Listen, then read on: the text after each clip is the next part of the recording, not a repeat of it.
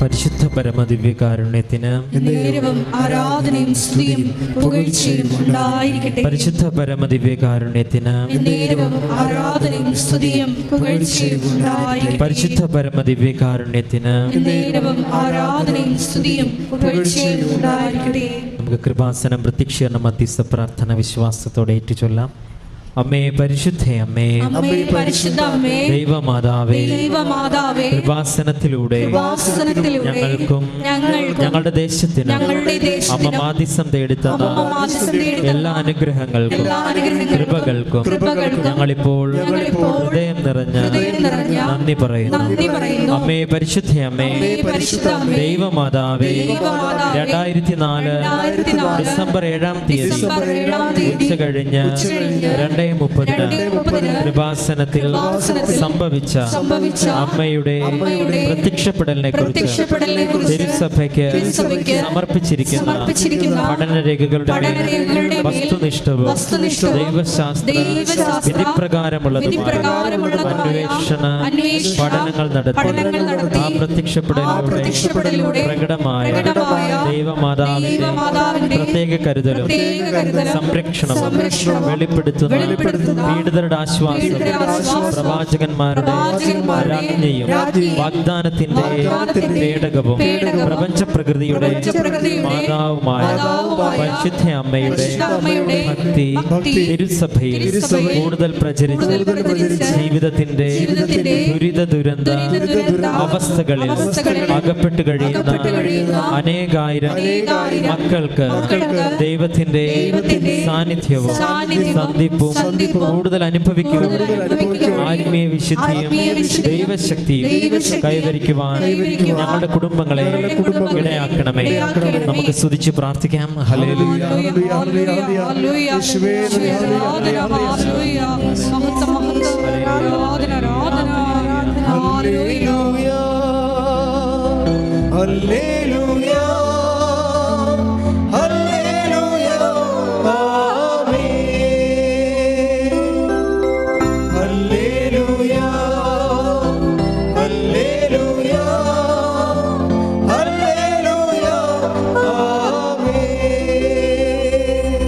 പരിശുദ്ധ പരമദിവ്യകാരുണ്യത്തിന് ആരാധനയും സ്തുതിയും പുകഴ്ചയും ഉണ്ടായിരിക്കട്ടെ. പരിശുദ്ധ പരമദിവ്യകാരുണ്യത്തിന് ആരാധനയും സ്തുതിയും പുകഴ്ചയും ഉണ്ടായിരിക്കട്ടെ. പരിശുദ്ധ പരമദിവ്യകാരുണ്യത്തിന് ആരാധനയും സ്തുതിയും പുകഴ്ചയും ഉണ്ടായിരിക്കട്ടെ.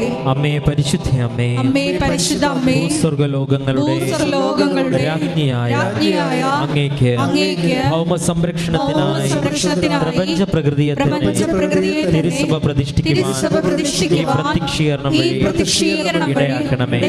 പരിശുദ്ധ അമ്മേ, ജപമാല മാതാവേ, സകല കൃപാസന പ്രാർത്ഥനകളോട് ചേർത്ത് ഞങ്ങളിപ്പോൾ പ്രാർത്ഥിക്കുന്ന ഈ സമൂഹത്തിന്റെ പ്രത്യേക നിയോഗങ്ങളും നമുക്ക് മൗനമായി നമ്മുടെ നിയോഗങ്ങൾ സമർപ്പിക്കാം.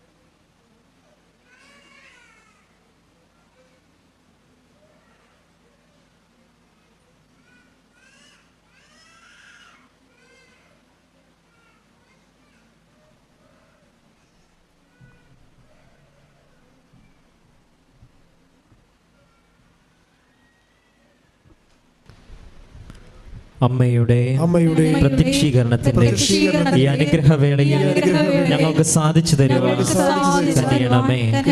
ആമേൻ. നമുക്ക് സ്തുതിച്ച് പ്രാർത്ഥിക്കാം. ഹല്ലേലൂയ. നാളിതുവരെ ഞങ്ങൾക്ക് ലഭിച്ച എല്ലാ കൃപകൾക്കും നന്ദി പറഞ്ഞ് ഞങ്ങൾ പ്രാർത്ഥിക്കുന്നു.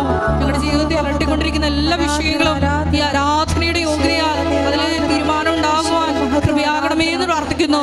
ഞങ്ങളെയും സാക്ഷികളാക്കി ഉയർത്തണമേ എന്ന് പ്രാർത്ഥിക്കുന്നു. ഹല്ലേലൂയ.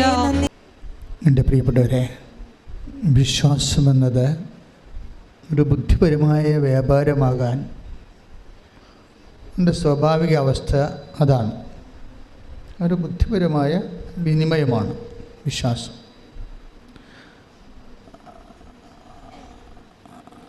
പല കേവല വിശ്വാസങ്ങളുടെയും സ്ഥിതി അതാണ്. അതൊരു ബുദ്ധിപരമായ വിനിമയമായിരിക്കും, പക്ഷെ അത് ഫ്രൂട്ട്ഫുൾ ആകത്തില്ല, വർക്കൗട്ട് ചെയ്യത്തില്ല. ഉടമ്പടിയിൽ നമ്മൾ ചെയ്യുന്നത് വിശ്വാസം എന്ന കേവല ബുദ്ധിപരമായ വിനിമയത്തെ കൺവേർട്ട് ചെയ്യും. എങ്ങനെ കൺവേർട്ട് ചെയ്യും? ഒരു ദൈവസ്നേഹത്തിൻ്റെ എക്സ്പ്രഷൻസാക്കി മാറ്റും. ദൈവസ്നേഹത്തിൻ്റെ പ്രകടനങ്ങൾ നിങ്ങളെപ്പോഴും ശ്രദ്ധിക്കേണ്ടത്, വിശ്വാസ വളർച്ചയിൽ നിങ്ങൾ ബുദ്ധിപരമായ വിനിമയം, ഒരു ഇൻ്റലക്ച്വൽ കൺവിക്ഷൻ നമുക്ക് തരും. ദൈവം ഏത് കാലത്ത് ഏത് സമയത്തും എന്നെ സഹായിക്കും, ഞാൻ ദൈവത്തിനെ ആശ്രയിക്കുന്നുണ്ട്. ഇല്ലെങ്കിൽ അതിനേക്കാൾ താഴ്ന്ന് ഞങ്ങളുടെ നാട്ടിലും മാതാവില്ലേ, അങ്ങനെ കുറേ സാക്ഷ്യങ്ങൾ വരുന്നുണ്ട്. ഞങ്ങളുടെ നാട്ടിലും മാതാവുണ്ടല്ലോ, പിന്നെ എന്തിനാണ് കെട്ടിയെടുത്ത് ആലപ്പുഴ പോണത് എന്നങ്ങനെ ചെയ്യുന്നത്. അപ്പോൾ അതൊരു കേവല വിശ്വാസമാണ്. കേവല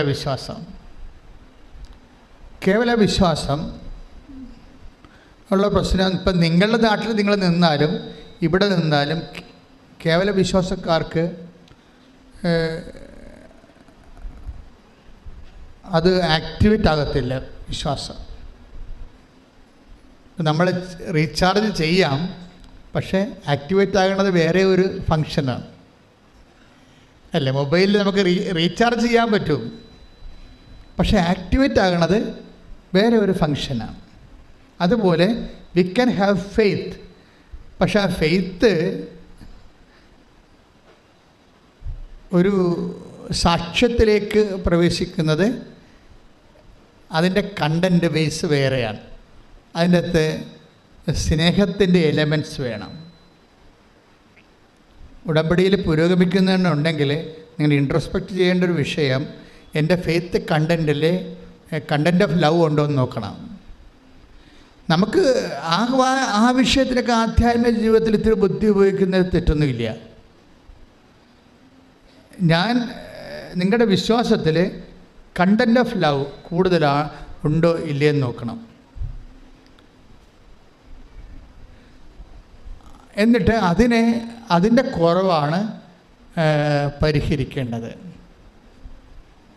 കുറവ് പരിഹരിച്ച് മാത്രമേ നമുക്ക് വിശ്വാസ പുരോഗതി പ്രാപിക്കാൻ പറ്റത്തുള്ളൂ. അല്ലെങ്കിൽ ഇങ്ങനെ സ്റ്റാറ്റസ് കോ മെയിൻറ്റെയിൻ ചെയ്ത് പോകും, തൽസ്ഥിതി നിലനിന്ന് പോകും.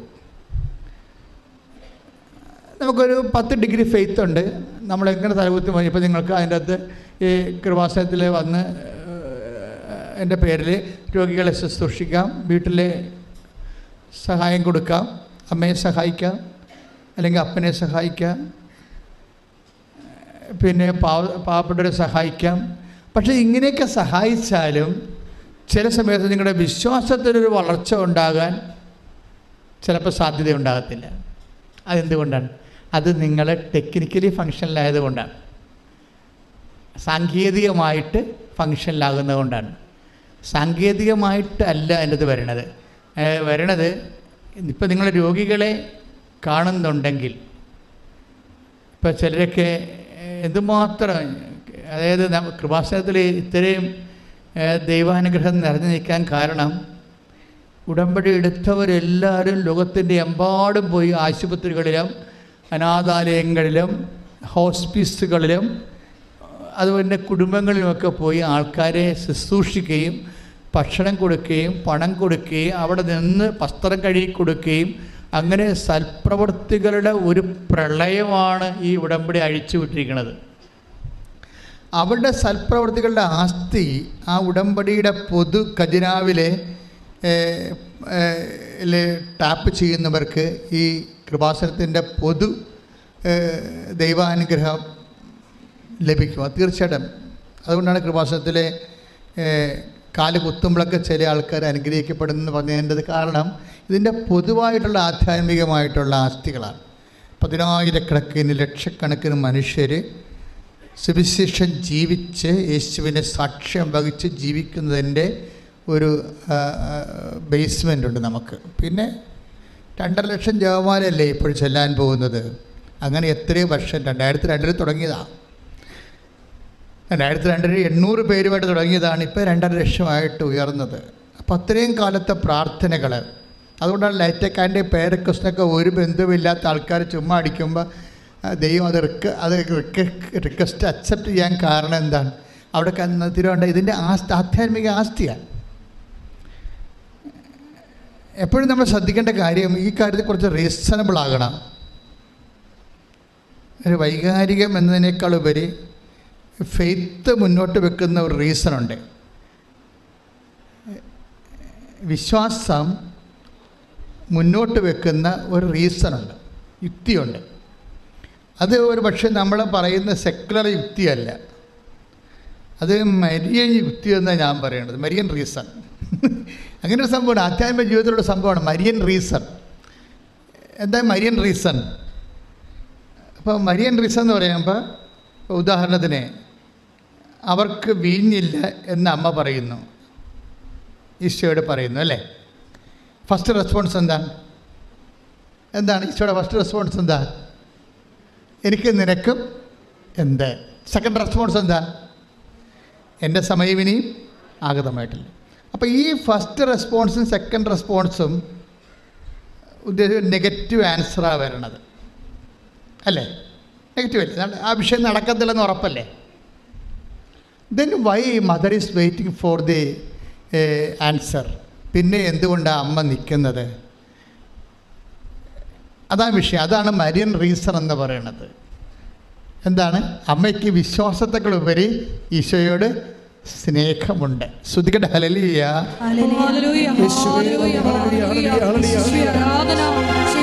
പ്രതിസന്ധി ഘട്ടങ്ങളിൽ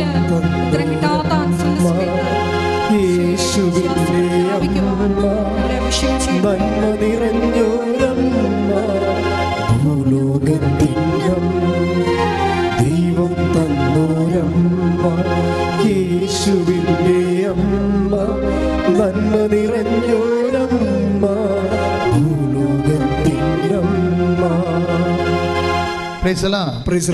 ഇത്രയും നേരം ഈശോ പറഞ്ഞതിൽ നിന്ന് എന്ത് മനസ്സിലായി? നമുക്ക് വിശ്വാസമുണ്ടാകാം, അത് കേവല വിശ്വാസമാണ്. ആ കേവല വിശ്വാസം ചില സമയത്ത് സാങ്കേതികമായിട്ട് പറഞ്ഞാൽ ഫങ്ഷനിലല്ലാതെ വരും. ഇപ്പം കേവല വിശ്വാസത്തിൻ്റെ കൂടെ എന്തുകൂടി ഉണ്ടാകണം? ഇപ്പം അമ്മ, അതാണ് മരിയൻ റീസൺ. മരിയൻ റീസൺ എന്ന് പറയാം എന്താ? ഇപ്പം എനിക്കും നിനക്കും എന്ത് എന്ന് അമ്മ ചോദിച്ചില്ലേ? It is nothing to with us, it is not our business. അപ്പോൾ ഈശോ അത് ഡിസോൺ ചെയ്ത് കളഞ്ഞേ അല്ലേ. അത് ആ വിഷയം ഇറ്റ് ഈസ് നോട്ട് അവേഴ്സ്, ആ വിഷയം നമ്മുടേതല്ല എന്നും പറഞ്ഞുകൊണ്ട് ഈശോ തള്ളിക്കളഞ്ഞ സംഭവമാണ്. രണ്ടാമത് എന്താണ്? അത് ഒന്ന് മാനുഷികം. ഈശോ പറഞ്ഞ 2 കാര്യങ്ങൾ, ഒന്ന് ദൈവികമായ ഇമ്പിഡിമെൻസ് ഉണ്ട്, മാനുഷികമായ ഇമ്പിഡിമെൻസും ഉണ്ട്, തടസ്സങ്ങളുണ്ട്. ഇപ്പം മാനുഷികമായ എന്താണ്? അതിൽ എനിക്ക് നിനക്കൊന്നും ചെയ്യാനില്ല, അവരോട് വായ്പ വാങ്ങിക്കാൻ പറഞ്ഞാൽ മതി, അല്ലെങ്കിൽ അവരുടെ ബിസിനസ് കച്ചവടക്കാരൊക്കെ പോയി വിലക്ക് വാങ്ങിക്കാൻ പറഞ്ഞാൽ മതി. നത്തിങ് ടു വിത്ത് അസ്, ഈ വിഷയത്തിൽ നമുക്ക് റോളില്ല എന്ന് പറയും. അത് first reason over. Second reason എന്താണ്? സെക്കൻഡ് റീസൺ ദൈവികമാണ്. എന്താണത്? എൻ്റെ സമയം ഇനി സമ്മതമാണ്.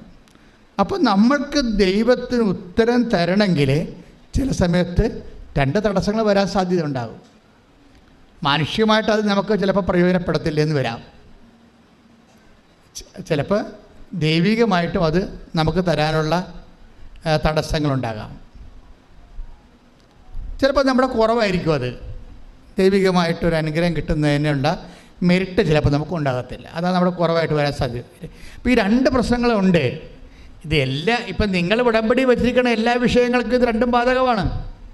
ചിലപ്പോൾ അത് മാനുഷികമായ തടസ്സം ഉണ്ടാകും, ചിലപ്പോൾ ദൈവികമായ തടസ്സമുണ്ടാകും.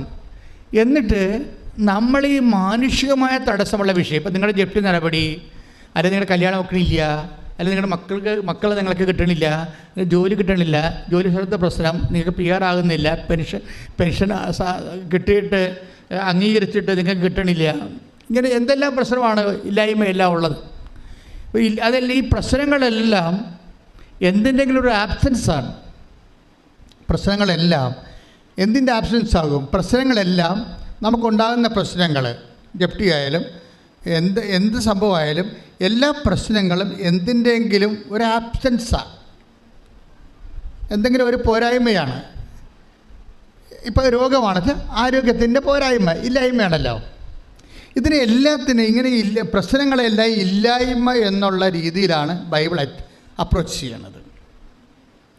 ദാറ്റ് മീൻസ് ബൈബിൾ ഇല്ല എന്ന് പറഞ്ഞാൽ എൻ്റെ അർത്ഥം മെരിറ്റ് ഇല്ലെന്ന് എൻ്റെ അർത്ഥം. ബൈബിളിൻ്റെ രീതിയാണല്ലോ പറയേണ്ടത്. ഒരു ഇല്ലായ്മ. ഇപ്പോൾ അമ്മ എന്താ പറയണത്? അവർക്ക് വീഞ്ഞ് ഇല്ല. അവിടെ പ്രശ്നത്തെ മുഴുവന് അഭിമാന പ്രശ്നം ഉണ്ടായതിൻ്റെ അകത്ത് നാണം കെട്ടി അവിടെ നിന്ന് പിരിയത്തുള്ള ആ വിഷയം. പക്ഷെ അവർക്ക് ആ നാണം കെട്ടി പിരിയാൻ സാധ്യതയുള്ള വിഷയമാണത്. അപമാന പ്രശ്നമുണ്ടതിൻ്റെ അകത്ത്. നമ്മുടെ എല്ലാ വിജയമയുടെ മുമ്പിൽ നമ്മൾ ടെൻഷൻ അടിക്കണ എന്താ കാര്യം? നമ്മൾ ടെൻഷൻ അടിക്കാൻ കാര്യം അതൊരു അപമാനമായിട്ട് മാറുമോ ഇല്ലയോ എന്ന് നമുക്ക് ബുദ്ധിമുട്ടുള്ളത് കൊണ്ടാണ് നമ്മളത് വിഷയമാക്കുന്നത്. ഇങ്ങനെയുള്ള എല്ലാ വിഷയവും മൂടി വെച്ചുകൊണ്ട് അതിനെ അഡ്രസ്സ് ചെയ്യണത് സിംഗിൾ വാക്കിലാണ്. They have no wine. അവർക്ക് വീഞ്ഞ് ഇല്ല.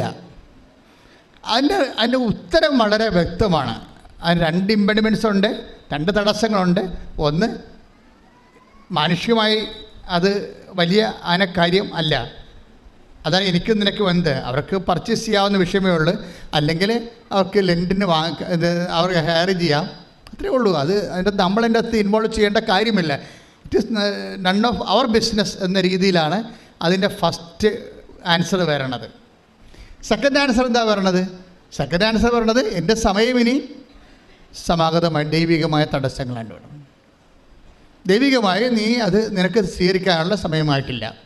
ഈ അനുഗ്രഹം ഭൗതികമാണ്, പക്ഷേ ദൈവികമായിട്ട് നിനക്കത് സ്വീകരിക്കാനുള്ള സമയമായിട്ടില്ല.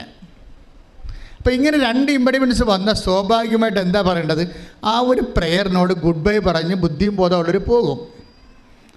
പക്ഷേ എന്തുകൊണ്ട് മറിയം എന്താ ചെയ്യണത്? മറിയം അതിനെ വെയിറ്റ് ചെയ്യാൻ, എന്നിട്ട് മറിയം അതിനെ പരിശുദ്ധാത്മാവിൻ്റെ നിറവിൽ ഒരു പുതിയ പോംവഴി കണ്ടുപിടിക്കുകയാണ്. എന്താണ് അത്? കവനൻ്റൽ ഫോർമുലയാണ് അവിടെ ഉപയോഗിക്കുന്നത്. നമുക്കിത് ഇപ്പോൾ ഈ കാലങ്ങളിലല്ലേ മനസ്സിലായത്. നമ്മൾ വെള്ളം കോരാൻ പറഞ്ഞപ്പോൾ വെള്ളം കോരി, വിറക് കൊട്ടാൻ പറഞ്ഞാൽ വിറക് കെട്ടി എന്നൊക്കെ പറഞ്ഞാൽ നമ്മൾ വായിച്ചുകൊണ്ടും പ്രസംഗിച്ചുകൊണ്ടും പോയത്. ഇപ്പോഴല്ലേ നമ്മൾ മനസ്സിലാക്കണത് ഈ നടക്കാത്ത കാര്യം നടക്കാൻ കവനൻ്റ് ഫോർമുലയാണ് ഉപയോഗിക്കേണ്ടതെന്ന് മനസ്സിലായി. ഇത് പുതിയത് മറിയത്തിൻ്റെ ഫോർമുല അല്ല. ഏജ് ഓൾഡായിട്ട് ബൈബിള് ദൈവത്തിനെ മനുഷ്യൻ്റെ ജീവിതത്തിലേക്ക് ഇറക്കിക്കൊണ്ട് വരുന്നതിന് വേണ്ടി ഉപയോഗിക്കുന്നതാണ് ബൈലാറ്ററൽ എഗ്രിമെൻ്റ് മെത്തേഡ്. ഈ ബൈലാറ്ററൽ എഗ്രിമെൻ്റ് മെത്തേഡിലൂടെ എന്താണ് ശരിക്കും പറയുന്നത്? ഇത് ആക്ടിവേറ്റ് ചെയ്യണമെങ്കിൽ എന്ത് വേണം? You must have A certain amount of level of love. നമുക്കറിയാം. അതാണ് ഞാൻ പറഞ്ഞത്, നിങ്ങളുടെ സൽപ്രവൃത്തികൾ ഇനി ഫുൾ കണ്ടു. അതാർക്കും ചെയ്യാം. സൽപ്രവൃത്തികൾ ചെയ്യണമെന്നുണ്ടെങ്കിൽ നമ്മൾക്ക് എപ്പോഴും വരേണ്ട ഒരു വിഷയം, നമ്മൾ ഗുഡ് വർക്ക്സ് എന്നാണ് പറയണത് സൽപ്രവൃത്തിയെ. പക്ഷേ ബൈബിൾ ശരിക്കും ദൈവത്തിൻ്റെ മൈൻഡ് ആണ് നമ്മൾ തർജ്ജമ ചെയ്യണമെന്നുണ്ടെങ്കിൽ ഈ സൽപ്രവൃത്തികൾ ഗുഡ് വർക്കുകൾ അല്ല. ശരിക്കും പറഞ്ഞാൽ ദാറ്റ് ഈസ് ഗ്രേസ്ഫുൾ വർക്കാണ്, ഗ്രേസ് ഗിവിങ് വർക്ക്സിനാണ് ഈ പറയുന്നത് ബൈബിൾ എപ്പോഴും സൽപ്രവൃത്തികളുടെ ഇവിടെ കുറഞ്ഞിട്ടാണോ ക്രിസ്തു ആഗതനാകേണ്ടി വരണത്?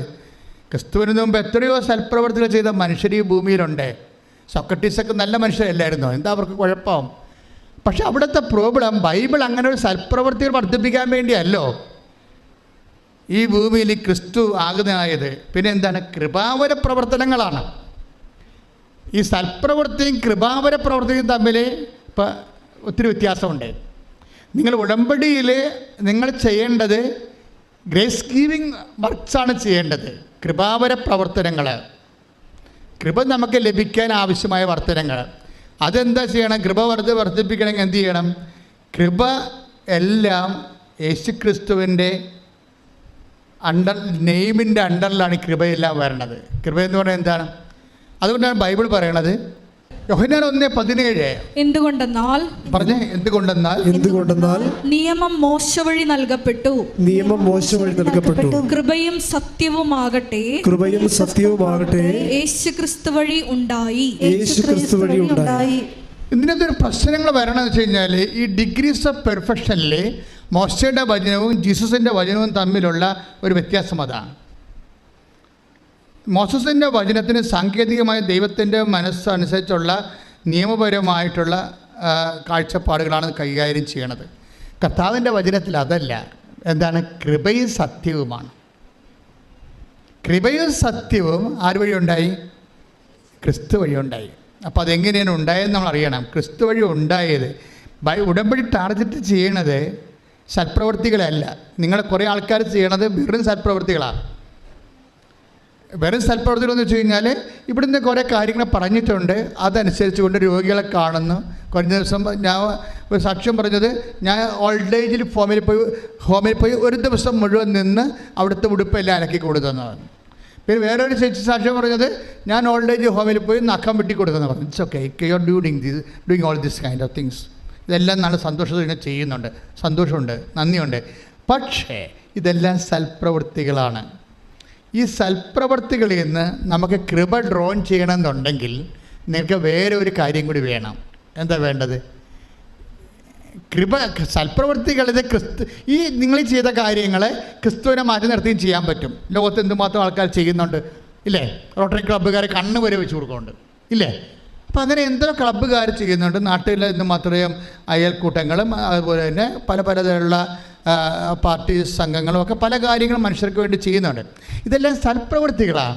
പക്ഷേ ഒരു ക്രൈസ്റ്റ് സെൻട്രിക് ആയിട്ടുള്ള ഒരു ആധ്യാത്മികത ചര്യം അനുവർത്തിക്കുന്നവരെ കേവലം സൽപ്രവൃത്തികളല്ല നമ്മൾ ലക്ഷ്യം വെക്കുന്നത്, കൃപാവര പ്രവൃത്തികളാണ്. എന്താ കാര്യം?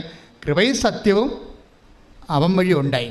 അപ്പം കൃപാവര സത്യങ്ങൾ, കൃപാവര പ്രവൃത്തികൾ ചെയ്യാൻ, ഇപ്പോൾ സൽപ്രവൃത്തികളും കൃപാവര പ്രവൃത്തികളും നമ്മൾ വ്യത്യാസം എന്താ? സൽപ്രവൃത്തികൾ മനുഷ്യൻ്റെ പേരിലാണ് ചെയ്യണത്. ചിലർ നല്ല പേരെടുക്കാൻ ചെയ്യും, ചിലർ കൂടുതൽ വോട്ട് കിട്ടാൻ വേണ്ടി ചെയ്യും, ചിലത് ജനകീയ അടിത്തറ ഉണ്ടാക്കാൻ വേണ്ടി ചെയ്യും, ചിലത് അവരുടെ കള്ളത്തരങ്ങളെ പുറത്തറിയാൻ വേണ്ടി ഒരു പുതിയൊരു ഫേസ് കാണിക്കാൻ വേണ്ടി സമൂഹത്തിന് വേറൊരു സംഭവം. അങ്ങനെ ഓരോരോ ലക്ഷ്യങ്ങളാണ് ഈ സൽപ്രവൃത്തികൾക്കുള്ളത്. പക്ഷേ കൃപാവര പ്രവൃത്തി അതല്ല. കൃപാവര പ്രവൃത്തി എന്ന് പറയണത് ക്രിസ്തുവിൻ്റെ നാമത്തിൽ ക്രിസ്തുവിന് വേണ്ടി മാത്രം മഹത്വം കൊടുത്തുകൊണ്ട് ചെയ്യണതാണ്. ക്രിസ്തുവിൻ്റെ നാമത്തിൽ ചെയ്യണം. അതിൻ്റെ 10% ഗ്ലോറി ക്രിസ്തുവിന് മാത്രമാണ്. അതുകൊണ്ടാണ് ബൈബിൾ പറയണത് വലത് കൈ ചെയ്യണത് ഇടത് കൈ അറിയരുത്. മനുഷ്യൻ അറിയരുതെന്നായി പറയണത്. മനുഷ്യന്മാർ അറിയരുതെന്നാണ് പറയണത്. പക്ഷേ മനുഷ്യന്മാർ അറിയുന്ന വെച്ചാൽ എല്ലാ കാര്യവും പാത്തും പതുങ്ങിയും ചെയ്യണമെന്നല്ല. മനുഷ്യൻ അറിഞ്ഞില്ലെങ്കിലും അറിയിക്കാൻ വേണ്ടി നിങ്ങളെ പ്രത്യേകിച്ച് മത്സരം പിടിക്കരുതെന്നതിൻ്റെ അർത്ഥം. ശ്രദ്ധിക്കട്ടെ. ഹല്ലേലൂയ, ചെയ്ത് നിന്റെ മഹത്വത്തിൽ പങ്കുകാരാകുവാൻ ഈ ആരാധനയിലൂടെ ഞങ്ങളെ അഭിഷേകം ചെയ്യണമേ.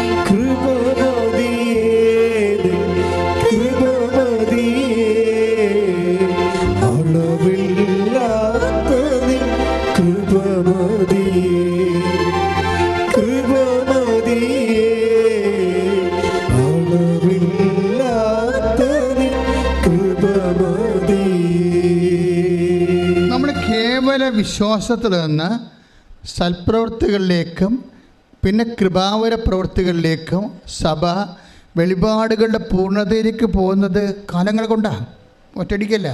ആദ്യകാലങ്ങളിൽ സഭയ്ക്ക് തോന്നിയത് കേവല വിശ്വാസം മാത്രം മതി എന്നാണ് തോന്നിയത്. ക്രിസ്തുവിലുള്ള കേവല വിശ്വാസം മാത്രം മതി. ഒരു മനുഷ്യന് അവനെ റൈച്ചസ് ആകാൻ പറ്റും, നീതീകരിക്കപ്പെടാൻ പറ്റും. ഇപ്പം റോമ 3:28 എടുത്ത് ശ്രുതിക്കട്ടെ. ഹല്ലേലൂയ, ഹല്ലേലൂയ, ഹല്ലേലൂയ, ഹല്ലേലൂയ, ഹല്ലേലൂയ. റോമ 3:28 എന്തെന്നാൽ നിയമാനുഷ്ഠാനം കൂടാതെ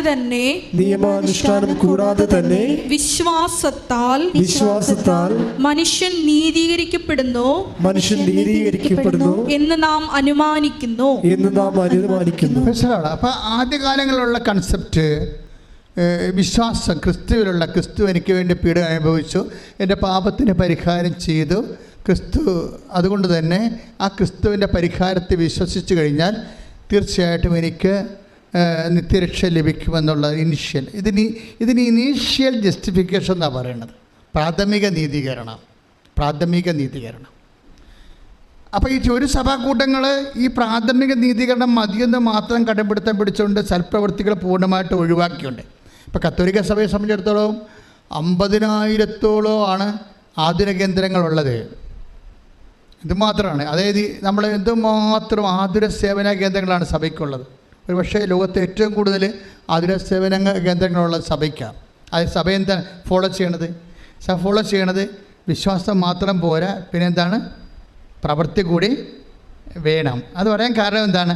അത് സെൻറ്റ് പോൾ തന്നെ പിന്നീട് തീത്തോസിലേക്ക് വരുമ്പോൾ തീത്തോസ് 3:8 എടുത്ത് 3:8 ശ്രുതിക്കട്ടെ. ഹല്ലേലൂയ ഹല്ലേലൂയ ഹല്ലേലൂയ ഹല്ലേലൂയ യേശുവേ നന്ദി. ഹല്ലേലൂയ ഹല്ലേലൂയ ഹല്ലേലൂയ യേശുവേ സ്തുതി. ഹല്ലേലൂയ ആരാധന. കൈകൾ വീശി ആരാധന യേശുവേ ആരാധന.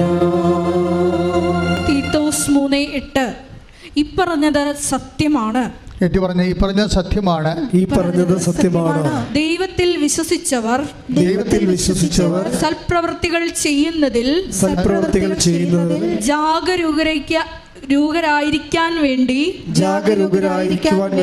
ഇക്കാര്യങ്ങളിൽ നീ സമ്മർദ്ദം ചെലുത്തണം എന്ന് ഞാൻ ആഗ്രഹിക്കുന്നു. ഇവയെല്ലാം ശ്രേഷ്ഠവും മനുഷ്യർക്ക് പ്രയോജനകരവുമാണ്.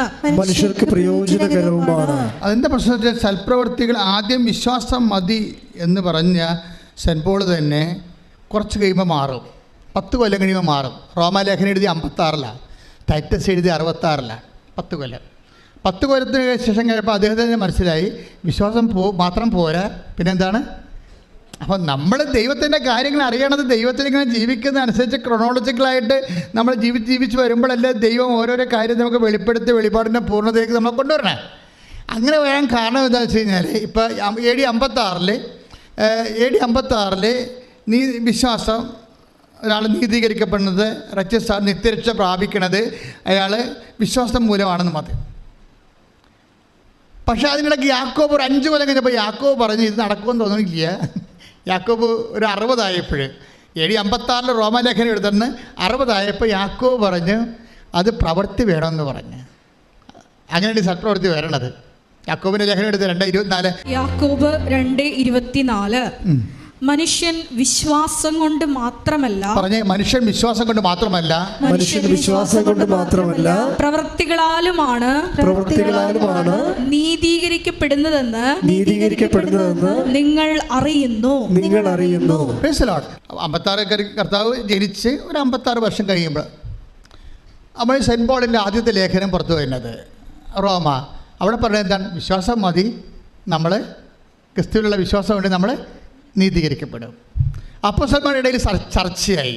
പിന്നെ ജെറുസലേം സൂര്യദോസ് തുടങ്ങാൻ നേരത്ത് സൂര്യദോസിൻ്റെ ഇടയ്ക്ക് കൃത്യമായ ഐഡിയ കിട്ടാൻ വേണ്ടി യാക്കോബ്, കർത്താവിൻ്റെ സഹോദരൻ യാക്കോബ് പറഞ്ഞു വിശ്വാസം മാത്രം പോരാ, സിനഗോഗ് ശ്രദ്ധിക്കണം.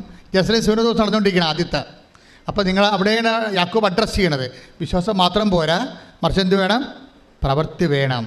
യാക്കോബിൻ്റെ ഈ ലേഖനമാണ് ലോകത്തെ മാറ്റിക്കളഞ്ഞത്. ലോകത്ത് ഇന്ന് കാണുന്ന സഭയുടെ എല്ലാവിധ ആതുര സേവനങ്ങളെയും അതുപോലെ തന്നെ അവകാശ പോരാട്ടങ്ങളെയും അതുപോലെ തന്നെ മനുഷ്യോചിതമായ എല്ലാ നടപടികളെയും ശുശ്രൂഷകളെയും എല്ലാം കുഞ്ഞുങ്ങളെ, ഇപ്പോൾ ഓട്ടിസം ബാധിച്ച കുഞ്ഞുങ്ങളെ, ജന്മന കിടപ്പിലായ കുഞ്ഞുങ്ങൾ, എന്തുമാത്രം കുഞ്ഞുങ്ങളെയാണ് എന്തുമാത്രം സിസ്റ്റേഴ്സ് നോക്കണത് ലോകം മുഴുവനും. അതെല്ലാം കാര്യം യാക്കോബിൻ്റെ ലേഖനമാണ്. യാക്കോബിൻ്റെ ലേഖനം എന്ന് പറയുന്നത് വല്ലാത്തൊരു ലേഖനമായിപ്പോയി. അപ്പോൾ അത് സെൻറ്റ് പോൾ പറഞ്ഞതിന് ശേഷം സെൻറ്റ് പോൾ കർത്താവിനെ കണ്ടിട്ടില്ലല്ലോ, അതാണ് പ്രശ്നം. അതിനുശേഷം പക്ഷെ കർത്താവിൻ്റെ കൂടെ നടന്ന ആളാണ് യാക്കോബ് കർത്താവിൻ്റെ മൈൻഡ് റീഡ് ചെയ്തിരിക്കും പറഞ്ഞ് പ്രവൃത്തിയില്ലാതെ വിശ്വാസം നീതീകരിക്കപ്പെടത്തില്ല എന്ന് പറയും. ജസ്റ്റിഫൈ ആകത്തില്ല. നിത്യരക്ഷ പ്രാപിക്കണ പ്രവൃത്തി വേണം. അതുകൊണ്ട് യാക്കോബ് 5 കൊല്ലം സെൻറ്റ് പോളിൻ്റെ ലേഖനം കഴിഞ്ഞ് 5 കൊല്ലം കഴിഞ്ഞപ്പോൾ 60 പറയും. അതൊന്നൊരു വായിച്ച് യാക്കോബ് 2:24 ശ്രുതിക്കട്ടെ. ഹല്ലേലൂയ. വിശ്വാസം കൊണ്ട് മാത്രമല്ല, പറഞ്ഞേ, വിശ്വാസം കൊണ്ട് മാത്രമല്ല പ്രവർത്തികളാലുമാണ് നീതീകരിക്കപ്പെടുന്നതെന്ന് നിങ്ങൾ അറിയുന്നു.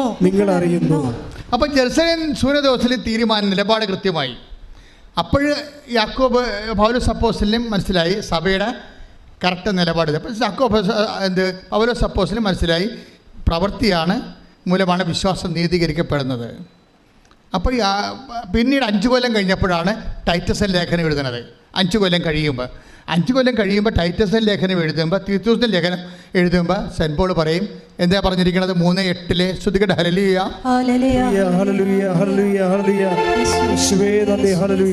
ഈ പറഞ്ഞത് സത്യമാണ്.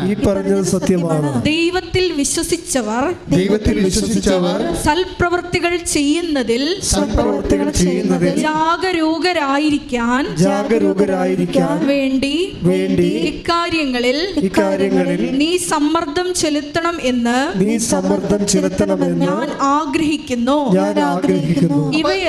ഇവയെല്ലാം ശ്രേഷ്ഠവും മനുഷ്യർക്ക് പ്രയോജനകരവുമാണ്. നമ്മൾ എന്താണ് ഈ വിഷയം ഇത്രയും സീരിയസ് പഠിപ്പിക്കാൻ കാരണം? കാര്യം ഉടമ്പടി എന്ന് പറയുന്നത് മുഴുവനും പ്രവൃത്തികളാണ്. പ്രാർത്ഥനയുടെ അംശം അതിൻ്റെ അകത്ത് 30% ഉള്ളു, ബാക്കിയെല്ലാം പ്രവൃത്തിയുടേതാണ്. അപ്പോൾ ഈ പ്രവൃത്തികൾ ചെയ്യുന്നവരെ 2 കാര്യം മനസ്സിലാക്കണം. ഒന്നാമത്തെ ഇത് വർക്കൗട്ട് ഫയർ ആകണമെന്നുണ്ടെങ്കിൽ പ്രവൃത്തികൾ ചെയ്യണം. പക്ഷേ this is not my point. എൻ്റെ പോയിൻ്റ് ഇതുമല്ല. ഞാൻ എന്താ നിങ്ങൾ പറഞ്ഞത്? ഈ സൽപ്രവൃത്തികൾ ഒരു ക്രിസ്തുഇതരമായിട്ട് ക്രിസ്തുവിനെ മാറ്റി നിർത്തിക്കൊണ്ട് we can do so many good works, അതൊന്നും കൗണ്ടഡ് ആകത്തില്ല. എന്താ കാര്യം? അത് ക്രിസ്തുവിൻ്റെ മഹത്വത്തെ പ്രഘോഷിക്കാത്ത, അവൻ്റെ നാമത്തെ മഹത്വപ്പെടുത്താത്ത പ്രവൃത്തികളെല്ലാം ശരിക്കും പറഞ്ഞാൽ അത് കൃപാവര പ്രവൃത്തികളല്ല. നമ്മൾ we are aiming for graceful works, കൃപാവര പ്രവൃത്തികൾ. നിങ്ങളത് വളരെ കൃത്യമായിട്ട് ചെയ്യണം. സൽപ്രവൃത്തിയും കൃപാവര പ്രവൃത്തിയും തമ്മിലുള്ള വ്യത്യാസം എന്ന് പറയുന്നത്, കൃപാവര പ്രവൃത്തി for the glorification of Christ name, കർത്താവിൻ്റെ നാമത്തിൻ്റെ മഹത്വത്തിനാണ് അത് കാഴ്ചവെക്കുന്നത്. അതുകൊണ്ടാണ് ഇൻറ്റൻഷൻ പ്രധാനപ്പെട്ടതായി വരുന്നത്. നമുക്ക് ഇൻറ്റൻഷൻ പ്രധാനപ്പെട്ട, ചെയ്ത പ്രവൃത്തി ചെയ്യല്ല പ്രശ്നം. നിങ്ങൾ അതാണ് ഈശോ ഒരു ഗ്ലാസ് പച്ചവെള്ളമാണ് take the word of God 10:42 ശ്രുതികട്ടെ. ഹല്ലേലൂയ ഹല്ലേലൂയ ഹല്ലേലൂയ ഹല്ലേലൂയ ഹല്ലേലൂയ യേശുവേ നന്ദി, യേശുവേ സ്തുതി. ഹല്ലേലൂയ ഹല്ലേലൂയ ഹല്ലേലൂയ ഹല്ലേലൂയ. മത്തായി 10:42 ഈ ചെറിയവരിൽ ഒരുവന് ശിഷ്യന് എന്ന നിലയിൽ ഒരു പാത്രം വെള്ളമെങ്കിലും കൊടുക്കുന്നവന് പ്രതിഫലം ലഭിക്കാതിരിക്കുകയില്ലെന്ന് സത്യമായി ഞാൻ നിങ്ങളോട് പറയുന്നു. ഇവിടെ പ്രശ്നം എന്തും മാത്രം വലിയ കാര്യങ്ങൾ ചെയ്തു എന്നല്ല, ചെറിയ കാര്യങ്ങൾ പോലും ചെയ്താൽ അത് കൗണ്ടാകണത് അത് കൃപാവര പ്രവൃത്തി ആയതുകൊണ്ടാണ്. മനസ്സിലായോ? അത് ക്രിസ്തുവിൻ്റെ നാമത്തിൽ ചെയ്യുന്നതുകൊണ്ടാണ്. ഈ നമ്മൾ ഉടമ്പടിയിലിട്ട് വരുമ്പോൾ ഇതിൻ്റെ കൂടെ ചേർത്ത് വായിക്കാൻ പറ്റിയ വചനമാണ് മത്തായി സുവിശേഷം 25:40. Take the word of God. Mathayi 25:40 ശ്രുതികട്ടെ. മത്തായി 25:40 രാജാവ് മറുപടി പറയും, സത്യമായി ഞാൻ നിങ്ങളോട് പറയുന്നു, എൻ്റെ ഏറ്റവും എളിയ ഈ സഹോദരന്മാരിൽ ഒരുവന് നിങ്ങൾ ഇത് ചെയ്തു കൊടുത്തപ്പോൾ എനിക്ക് തന്നെയാണ് ചെയ്തു തന്നത്. ഇതിന് വരുന്ന വിഷയം ഈ കൃപാവര പ്രവൃത്തി എങ്ങനെ ചെയ്യണത്, അതാണ് 25:40. ആ വചനം ഒന്ന് വായിച്ചേ. മത്തായി സുവിശേഷം. സത്യമായി ഞാൻ നിങ്ങളോട് പറയുന്നു,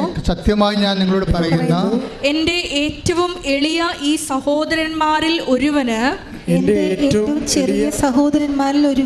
നിങ്ങൾ ഇത് ചെയ്തു കൊടുത്തപ്പോൾ എനിക്ക് തന്നെയാണ് ചെയ്തു തന്നത്. അപ്പൊ ഇതാണ് കൃപാവര പ്രവൃത്തി എന്ന് പറയണത്. എന്താ വെച്ച് കഴിഞ്ഞാൽ ക്രിസ്തുവിന് തന്നെ നമ്മൾ ചെയ്ത് കൊടുക്കുകയാണ് ഡയറക്റ്റായിട്ട്. അതെങ്ങനെയാണ്? ക്രിസ്തുവിൻ്റെ നാമത്തിൽ ആണ് നമ്മൾ ഏറ്റവും എളിയ സഹോദരന് ചെയ്ത് കൊടുക്കുന്നത്. ഇതിനകത്ത് എന്താ നമുക്ക് വേണ്ടത്? 2 കാര്യങ്ങൾ വേണം. എന്ത് വേണം? ക്രിസ്തുവിനുള്ള സ്നേഹം വേണം, ആ സഹോദരനുള്ള സ്നേഹം വേണം. 2 സംഭവം വേണം. വിശ്വാസം മാത്രം പോരാ. വിശ്വാസം മാത്രം പോരാ, 2 കാര്യം. കൃപാവര പ്രവർത്തിക്ക് 2 കാര്യം വേണം. എന്തൊക്കെ വേണം? ഒന്ന് ക്രിസ്തുവിനോടുള്ള സ്നേഹം വേണം. രണ്ടാമത്തത് സഹോദര സ്നേഹം. നിങ്ങൾക്ക് എന്താ സംഭവിച്ചിട്ടുണ്ടെങ്കിൽ നിങ്ങൾക്ക് മാതാവിനോടാണ് കൂടുതൽ സ്നേഹം വരുന്നത്. This is wrong. അതല്ല സംഭവം. അമ്മ എന്താ ചെയ്യണത്? ഇപ്പം അമ്മ ചെയ്തിരിക്കണത് അവൻ പറയണത് പോലെ ചെയ്യുക. അതാ പ്രശ്നം. ഈ ചെയ്ത്താണ് കൃപാവര പ്രവൃത്തി എന്ന് പറയണത്. ഇപ്പം എനിക്കും നിനക്കും എന്താ, എൻ്റെ സമയം ഇനി സമാഗതമായിട്ടില്ല. നമ്മുടെ പ്രശ്നങ്ങൾക്ക് വരാൻ പോകുന്ന വിഷയം ഒന്ന്, ദൈവത്തിന് അവിടെ റോളില്ല എന്നാണ്. നിനക്ക് ജോലി കിട്ടും, അതിനുശേഷം നീ കല്യാണം കഴിക്കും, നീ കുഞ്ഞുങ്ങളെ ജനിപ്പിക്കും, അവർ പഠിക്കും. ഞാനൊരു വീട്ടിൽ ചെന്നപ്പോൾ ഒരു ഞായറാഴ്ചയാണ് വീട്ടിൽ ഒരു അത്യാവശ്യം ഒരു വിഷയം ഉണ്ടായത് കാരണം ഞാൻ ഞായറാഴ്ച എനിക്കൊരു വീട്ടിൽ പോകേണ്ടി വന്നു. അവിടെ ചെന്നപ്പോൾ അവിടുത്തെ 2 കുട്ടികളും കാറ്റഗിസത്തിന് പോയിട്ടില്ല അന്ന്. അപ്പോൾ എൻ്റെ സ്വഭാവത്തിന് പിന്നെ അവരുടെ ആയിട്ടുള്ള ബന്ധങ്ങളും കാര്യങ്ങളല്ല പ്രശ്നം. എനിക്ക് അവരുമായിട്ട് എൻ്റെ കാര്യം ചിലപ്പോൾ നടന്നില്ലെങ്കിലും ഞാൻ ചോദിച്ചു, ഈ പിള്ളേർ എന്താണ് കാറ്റഗിസിൽ പോകാത്തെന്ന് ചോദിച്ചു. നിങ്ങളൊരു വീട്ടിൽ ഉടമ്പടി എടുത്തവരാണ് നിങ്ങളെങ്കിൽ, നിങ്ങളുടെ വീട്ടിൽ ചെല്ലുമ്പോൾ ഒരു വീട്ടിൽ കാറ്റഗിസത്തിന് പോകാതെ കുർബാനയ്ക്ക് പോകാതെ ഒരു വ്യക്തി ഉണ്ടെങ്കിൽ, നിങ്ങൾ ദൈവസ്നേഹമുണ്ടെങ്കിൽ നിങ്ങൾ ചോദിക്കും. അല്ലെങ്കിൽ അവരെന്ത് വിചാരിക്കും, നമ്മളെന്തിനാ അവരുടെ കാര്യത്തിൽ ഇടപെടണമെന്ന് ചോദിക്കും. ഇതാണ് ഫസ്റ്റ് സ്റ്റെപ്പ്. ഒരു വ്യക്തിക്ക് ദൈവസ്നേഹമുണ്ടോ ഇല്ലേ എന്ന് അറിയണമെന്നുണ്ടെങ്കിൽ നമുക്ക് വലിയ കുഴപ്പമില്ല, പൊല്ലാപ്പില്ലാത്ത വിഷയങ്ങൾക്കൊക്കെ നമ്മൾ സേഫായിട്ട് നമ്മൾ ഡേഞ്ചർ സോണിൽ ഒരിക്കലും കളിക്കത്തില്ല, സേഫ് സോണിൽ കളിക്കത്തുള്ളൂ. അപ്പോൾ തന്നെ ദൈവത്തിന് അറിയാം, ദൈവത്തിന് നിങ്ങൾ എന്ത് പറഞ്ഞാലും കണ്ണിൽ പൊടിയിടാൻ പറ്റില്ല. കണ്ണിത്തിരി വലുതാണ്, അത്ര കുഴപ്പമാണ്. നമുക്ക് ഇടണ പൊടിക്കൊരു കണക്കില്ലേ? ഇല്ലേ? നമുക്കിടാൻ ദൈവത്തിൻ്റെ കണ്ണിൽ പൊടിയിടാൻ പറ്റരുത്. കാര്യം ദൈവത്തിൻ്റെ കണ്ണിത്തിരി വലുതായിപ്പോയി. നമുക്ക് ഇടണ പൊടിക്കൊരു കണക്കുണ്ടല്ലോ, അതല്ലേ പ്രശ്നം. അതുകൊണ്ട് എപ്പോഴും നമ്മൾ ശ്രദ്ധിക്കേണ്ട വിഷയത്തിൽ നിങ്ങൾ ആദ്യം തന്നെ ദൈവസ്നേഹം വർദ്ധിക്കാൻ വേണ്ടി പ്രാർത്ഥിക്കണം.